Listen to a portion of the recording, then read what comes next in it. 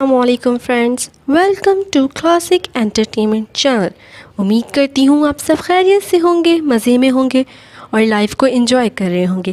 Classic آپ کے لیے لاتا ہے بہت ہی زیادہ خوبصورت افسانے، ناولز اور بہت کچھ، اور اس بار کلاسک آپ کے لیے لایا ہے فریہ اسلام کے قلم کی تحریر ریونج بیس ناول عجب ہے عشق یارا۔ تو چلیں دیر نہیں کرتے بلکہ چلتے ہیں ناول کی قسط کی طرف، لیکن اس سے پہلے اگر آپ نے چینل کو سبسکرائب نہیں کیا تو ابھی جا کے کلاسک انٹرٹینمنٹ چینل کو سبسکرائب کریں اور بیل آئکن کو پریس کرنا بالکل بھی مت بھولیے گا۔ اور اگر آپ نے عجب عشق یارا کی پچھلی ایک ساتھ اب تک نہیں پڑھی ہیں تو وہ بھی آپ چینل پہ پڑھ سکتے ہیں۔ مزید دیر نہیں کرتے بلکہ چلتے ہیں ناول کی اگلی قسط کی طرف۔ محبت خاک ہوتی ہے، محبت خاک کر دیتی ہے، اور اگر یہ محبت مل کر بھی نہ ملے تو اسے جیتے جی مار دیتی ہے۔ سسکیوں سے روتے اس نے اپنی آنکھوں کو بے دردی سے رگڑا، روتے روتے ہچکیاں بن گئی تھیں، مگر ایسا کوئی نہیں تھا جو اسے آ کر سنبھالتا، چپ کرواتا، اسے سینے سے لگاتا۔ وہ ایک بار پھر اکیلی ہو گئی تھی۔ زندگی کے اس جوئے میں اسے اتنی بری ہار ہوئی کہ وہ اٹھنے کی ہمت تک نہیں کر پا رہی تھی۔ مما کیوں گئی آپ مجھے چھوڑ کر؟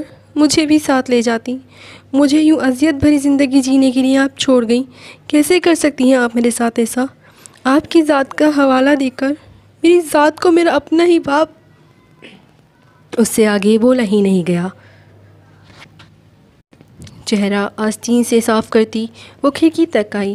باہر کا موسم جتنا حسین تھا، اس کے اندر کا موسم اتنا ہی بدصورت اور خالی۔ گھر میں موت کا سا سناٹا تھا۔ وہ آہستہ سے قدم اٹھاتی باہر آئی، مگر باہر کا حال بھی کچھ مختلف نہیں تھا۔ وہ وہی پورش کے ساتھ اوپر کو جاتی سیڑھیوں پر بیٹھ گئی، بازوؤں کو گھٹنوں کے گرد لپٹے۔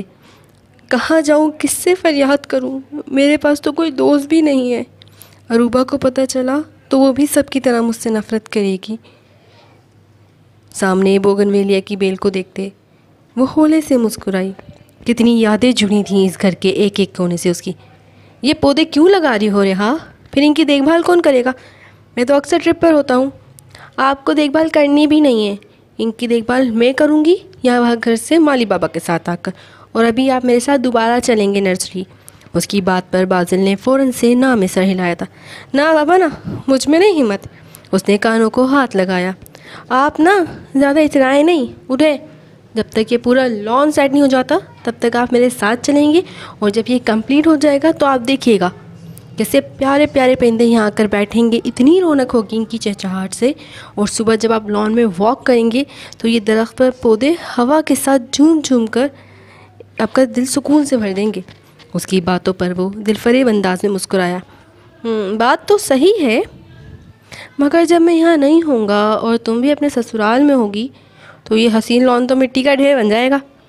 میں تب بھی ان لوگوں کو بول بول کر آؤں گی، کیونکہ میں ان کی اپنی ہوں۔ میں انہیں بھول جاؤں گی یہ تو مرجھا جائیں گے، مر جائیں گے، جیسے جب میں اکیلی تھی تب میں مرجھا گئی تھی، مرنے والی تھی۔ پھر آپ نے مجھے سنبھالا، میں بھی انہیں سنبھال لوں گی۔ ارہا، اس کی باتوں پر بازل کے مسکراتے چہرے پر ایک دم سے سنجیدگی چھا گئی۔ اپنے لفظوں کا احساس کر اس نے دانتوں تلے لب دباتے خود کو کوسا۔ کیا ضرورت تھی بکواس کرنے کی؟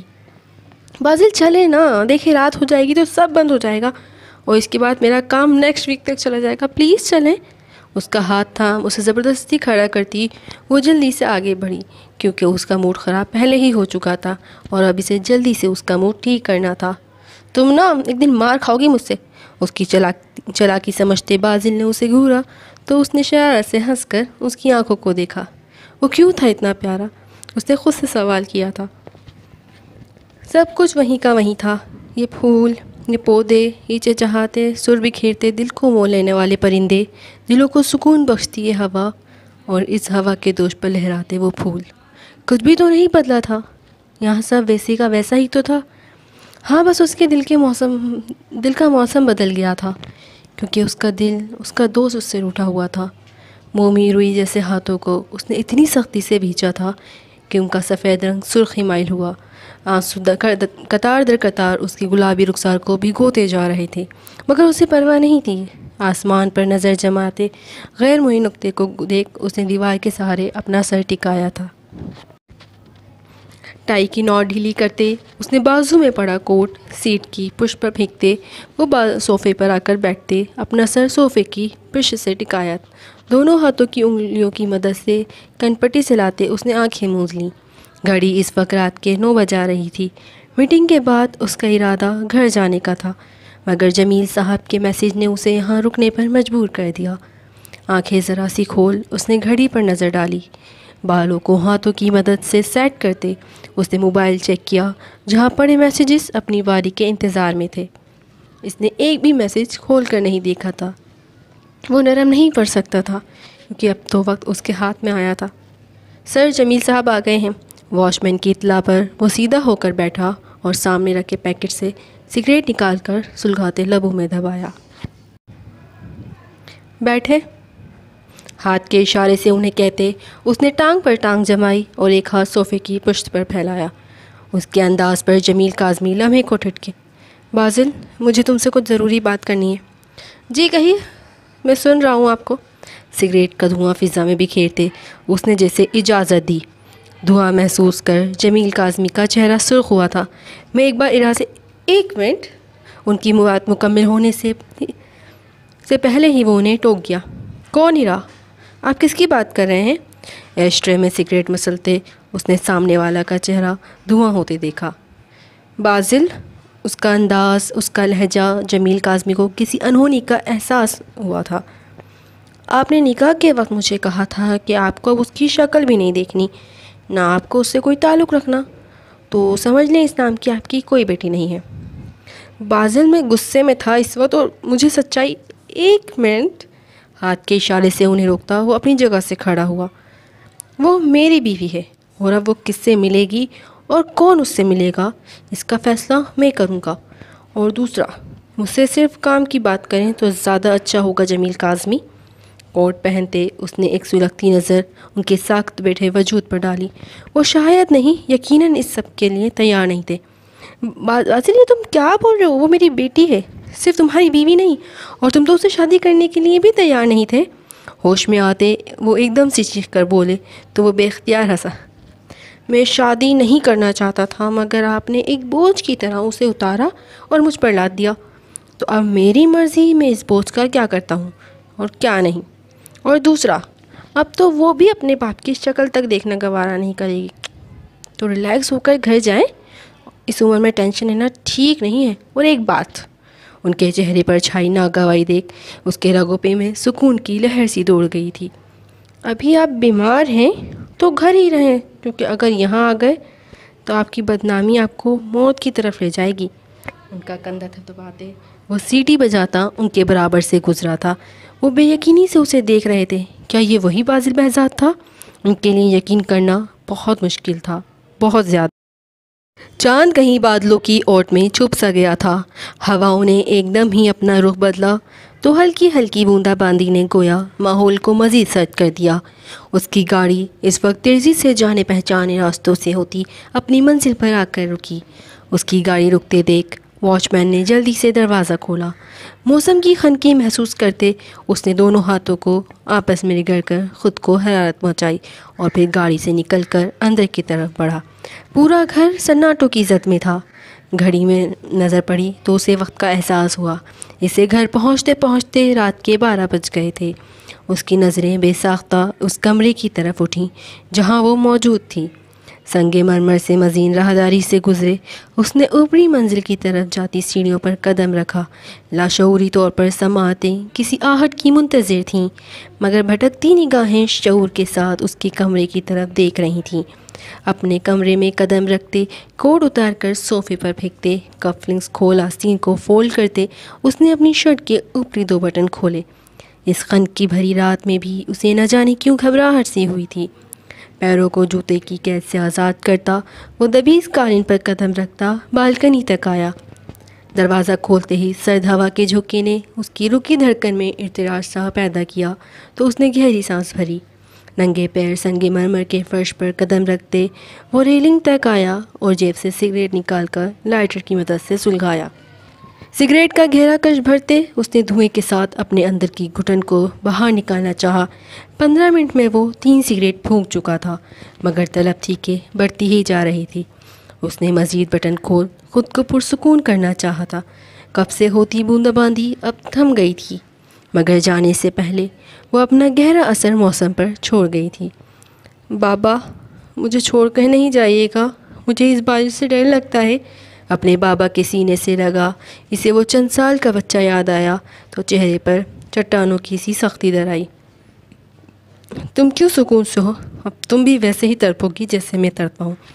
سگریٹ کو اپنے پیروں تلے رونتے وہ تیزی سے اپنے کمرے سے نکل کر اس کے کمرے کی طرف بڑھا۔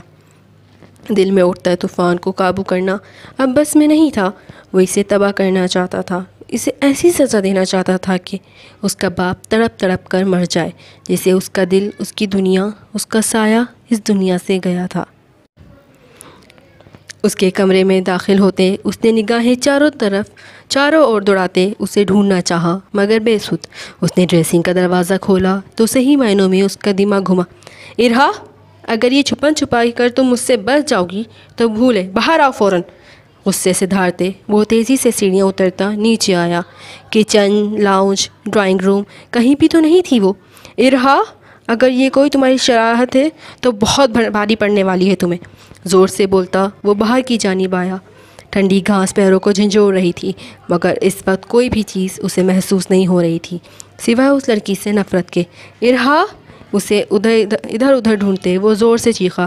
اس کی غیر موجودگی نے اس سوئے ہوئے شیر کو جگا دیا تھا۔ ارہا، اندر کی جانب بڑھتے اس کے قدم سیڑھیوں پر پڑے جہاں اس کے آنچل کو دیکھ وہ ٹھٹکے۔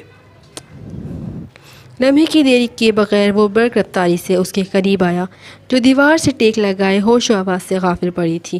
اس کا نازک سا وجود برف سے بھی زیادہ سرد ہو رہا تھا۔ ارہا، انجانے سے خوف نے اس کے وجود کو اپنی لپیٹ میں لے لیا۔ گھٹنوں کے بل اس کے پاس بیٹھتے بازل نے اس کا چہرہ تھپتھپایا۔ اس کے سرد پڑتے وجود کو اس نے اپنی باہوں میں بھرا، وہ اسی لیے جلدی سے اندر آیا۔ اس وقت اتنے خراب موسم میں ڈاکٹر کا ملنا بہت مشکل تھا۔ وہ اسی لیے سیدھا اپنے کمرے میں آیا اور اسے بیڈ پر لٹاتے جلدی سے ہیٹر اس کے پاس رکھا۔ اس وقت ملازم کو پریشان کرنا اسے بالکل ٹھیک نہیں لگ رہا تھا۔